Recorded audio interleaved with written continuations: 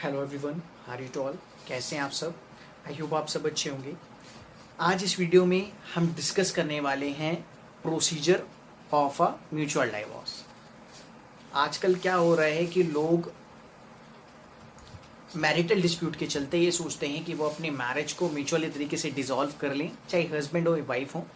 तो आज हम इस वीडियो में देख रहे हैं कि हिंदू मैरिज एक्ट के अकॉर्डिंग जिनकी शादी हुई हुई है, यानी हिंदू लॉ में आप म्यूचुअल डाइवोर्स किस तरीके से ले सकते हैं, क्या प्रोसीजर है।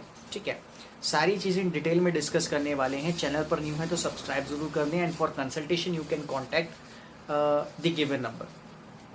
सो now let's start the video. So सबसे पहले म्यूचुअल डाइवोर्स होता क्या है मैं आपको इस वीडियो में बता दूं, बिकॉज बहुत सारे हमारे जो भी क्लाइंट्स हैं वो ये नहीं समझ पाते कि म्यूचुअल डाइवोर्स है क्या।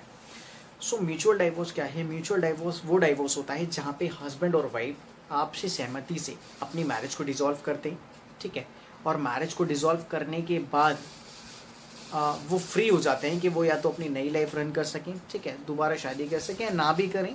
ठीक है, बट एक प्रोसीजर होता है। म्यूचुअल डाइवोर्स क्या है? Mutual divorce is a part of a divorce जहाँ पर आपसी सहमति से यानी म्यूचुअल कंसेंट से आप अपनी मैरिज को डिसॉल्व कर रहे हैं। अब प्रोसीजर क्या होता है म्यूचुअल तरीके से डाइवोर्स लेने का, वो इस वीडियो में मैं आपको बताने जा रहा हूँ। ठीक है, सबसे पहले हमें जो अपनी पिटीशन है वो डिस्ट्रिक्ट कोर्ट में फाइल करनी होती है। मैं आपको बता दूं, जो भी लोग ये वीडियोस देख रहे हैं, अगर जो भी म्यूचुअल डाइवोर्स लेना चाहते हैं जिसके रिगार्डिंग आपकी क्वेरी है, ठीक है, आप हमें भी कांटेक्ट कर सकते हैं दिए गए नंबर पर और म्यूचुअल डाइवोर्स ले सकते हैं। सो म्यूचुअल डाइवोर्स के लिए आपको सबसे पहले क्या करना होगा, जो अपनी पिटीशन है जो कि आप अपने एडवोकेट के थ्रू बनवा रहे हैं, ठीक है, वो आपको डिस्ट्रिक्ट कोर्ट में फाइल करनी पड़ेगी। डिस्ट्रिक्ट कोर्ट में फाइल करने के बाद आपको दो प्रक्रिया से गुजरना पड़ेगा, जिसमें पहले आपका फर्स्ट मोशन होगा, देन आपका सेकंड मोशन होगा। ठीक है, फर्स्ट मोशन आपका कंप्लीट हो जाएगा। ठीक है, आपको एक डेट प्रोवाइड करवाई जाएगी फर्स्ट मोशन के लिए after filing your petition. Then आपको फिर सेकंड मोशन कंप्लीट करना पड़ेगा। ठीक है, अब एक कंडीशन ये आती है कि कितना टाइम पीरियड इसके लिए हमें कंज्यूम होगा, वो सारी चीज़ें। तो मैं आपको बता दूं कि जब हम म्यूचुअल डाइवोर्स की बात करते हैं तो यहाँ पर एक चीज़ जो रहती है वो ये रहती है कि जब आप अपनी पिटीशन फाइल कर देते हैं, पहले आपको फर्स्ट मोशन की डेट मिलती है। ठीक है, देन उसके बाद अगर आपकी जो मैरिज है आप सेपरेट नहीं रहे, यानी 6 महीने से 18 महीने तक आपका सेपरेशन होना चाहिए, यानी आपको सेपरेट रहना बहुत ज़रूरी है। ये नहीं कि आपकी शादी हो या आपने विद इन 1 वीक आपने डाइवोर्स म्यूचुअल फाइल कर दिया तो आप नहीं कर सकते। आपको सेपरेट पीरियड शो करना वहाँ पे बहुत ही ज़रूरी है। ठीक है, तो ये चीज़ आप अपने एडवोकेट से पूछ लें एक बार। ठीक है, देन अगर आप सेपरेट रह रहे हैं, आपको सेपरेशन हो गया है, आप 1-2 साल से शादी आपकी हुई, ठीक है, जैसे सपोज करिए शादी आपकी 2022 में हुई, ठीक है, और 2022 से आप सेपरेट रह रहे हैं, 2023 में भी आप सेपरेट रहे, और आप जो अपने डाइवोर्स की पिटीशन फाइल कर रहे हैं वो 2024 में कर रहे हैं। ठीक है, तो यहाँ पे आपको जो सेपरेशन हो गया वो 2 ईयर्स का हो गया। ठीक है, तो यहाँ पर क्या होगा कि अगर आपने फर्स्ट मोशन आपका हो गया, ठीक है, तो उसके बाद आप विद इन 1 मंथ के अंदर ही आप अपना सेकंड मोशन भी फाइल कर सकते हैं। लेकिन अगर आपका सेपरेशन पीरियड नहीं है तो ऐसी कंडीशन में आपको फर्स्ट मोशन के बाद 6 मंथ का आपको टाइम पीरियड लगेगा, यानी आप 6 महीने के बाद ही अपना सेकंड मोशन फाइल कर पाएंगे अपने एडवोकेट के थ्रू। फिर क्या होगा, पहली प्रक्रिया आपको फर्स्ट मोशन से गुजरना पड़ेगा। ठीक है, दूसरी प्रक्रिया कि आपको सेकंड मोशन से गुजरना पड़ेगा, फिर आपको डाइवोर्स की डिक्री मिलेगी, ठीक है, जो कि कोर्ट के द्वारा दी जाती है डिक्री। आपको उस डिक्री के लिए भी अप्लाई करवाना पड़ेगा अपने एडवोकेट के थ्रू।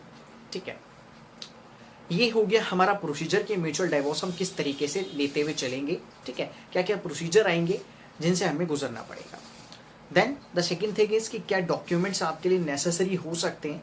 सारे डॉक्यूमेंट्स के बारे में तो मैं डिस्कस नहीं कर रहा, मैं जो कुछ मेन डॉक्यूमेंट्स हैं जो आपको अपने पास रखे होने ज़रूरी चाहिए।